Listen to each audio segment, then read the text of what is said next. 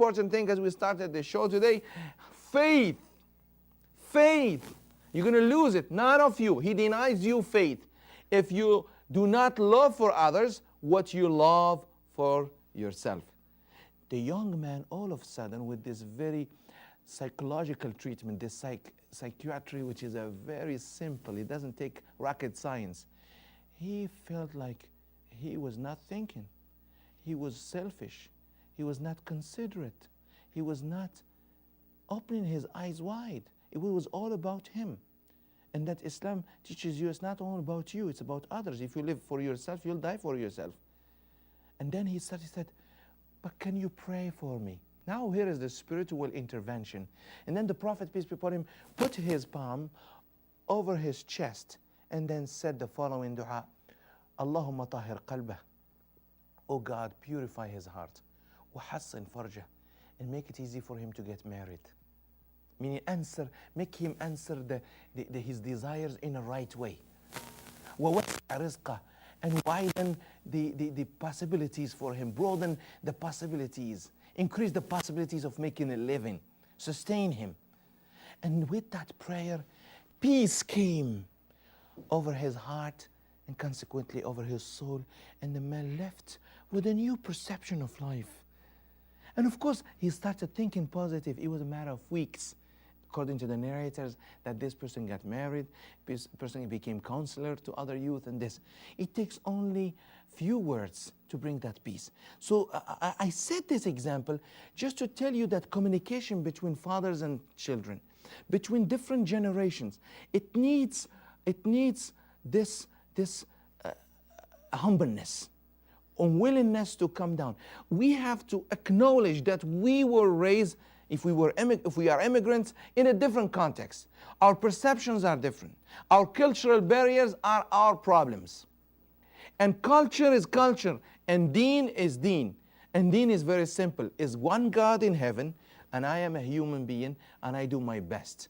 And there are laws. But before the laws and regulations, first and foremost, faith matters the most. And this is, of course, just in the relationship. We put in mind also we have to study and learn what our children are learning. Try to get some grasp, some idea of what they are going through. And I believe consideration is the key word to answer all these questions you have asked. And of course, in the future, we'll address more of that, inshallah.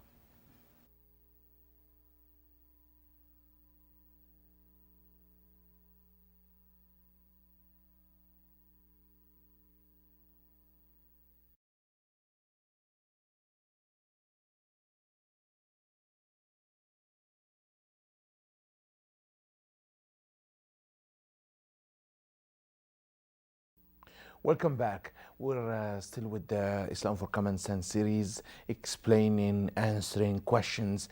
I have to confess that it's not easy to address these issues, and many people do not want to talk about these things. But the reason why I'm bringing these questions and answers, someone had to do it and deal with these issues that may sound controversial. One of the questions that were asked in Islam for Common Sense is about the laws regarding women, regarding inheritance, regarding some laws, or as it is maybe believed or reported, as it might be a law there that says, when someone changes his religion, kill him, or so on and so forth. So people have asked these questions, media have reported. They have reported many of these things, and Muslims believe that this should be done and this should be done. But in reality, my dear viewers, the laws should be in the hand of the, of course, government or justice system. Not everybody can, apply the laws or enforce the laws. That's why we have law enforcement agencies, we have executive laws, we have a justice system, the court. So not everybody can do these things. But one point I would like to emphasize before we answer the questions in Islam for Common Sense and view all of us the different questions and how I answered them in that program. It's very important that the laws of Islam should never contradict natural laws. And natural laws, they never contradict Islamic laws. That's why we say Islam is for common sense. It's a natural disposition which guides us. It all makes sense. And let me just review with you the list of what the Islamic law, Sharia, aims at preserving, at establishing, as we see here in this list. It aims at preserving the 5 major necessities in Islam: preservation of faith, the soul; preservation of health, the body; preservation of intellect, brain and mind; preservation of family and society; and preservation of property.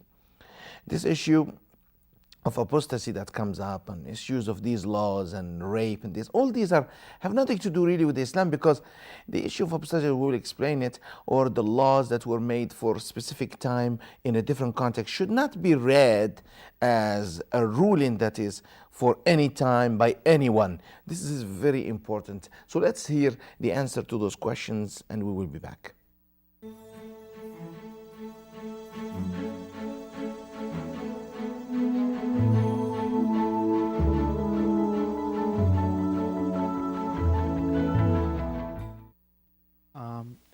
Not recently, a few years ago, someone in Iraq, a Muslim, converted out of Islam. And right away, everyone in the Muslim community started saying that's apostasy and he's an apostate now and one should kill him. Now, is that condoned in Islam, that one who leaves Islam should be killed? Or if one, just to save their skin, they convert back into Islam, that's also okay? It kind of shows to non-Muslims that we are intolerant towards humanity and understanding of human beings. So could you clarify on that stance? Hello, Imam. My question is in regards to Islamic law. Western media tends to pick up on news stories from Eastern Islamic countries and portray a negative image. More specifically in regards to scenarios where a woman is raped in countries such as Saudi or Pakistan, regardless of the scenario, the woman is the one punished. Being a woman living in North America, when my non-Muslim friends hear those stories, the first question I get asked is, why isn't there equal rights for women? Why was a woman punished and not the man in scenarios of rape? So what is the Islamic law on rape? Well, since this is a key question and it repeats itself all the time, I would like to answer it also along with the question of apostasy laws. And as you said, in Eastern Islamic countries, and then the media focuses on a context which is not ours. And then they would come to an imam or a person like you and ask this question, well, what do you think of apostasy? Or what do you think of this verdict against this woman who was raped and she suffered, yet she also going through arrest? Or what do you think of a woman who was arrested because of a teddy bear named Muhammad, or this or that? All these issues, the verdicts that are done by laws in certain countries, which might be influenced by political agendas, or might be influenced by different factors. What is our answer? Now, first and foremost, I'm going to take you back to common sense. Number one, I will put the issue of rape. It's clear in the Holy Quran, in chapter 24, that if a person is accused wrongfully, that the proceeding is through the court. If somebody is raped, it has to go through the court system, justice system.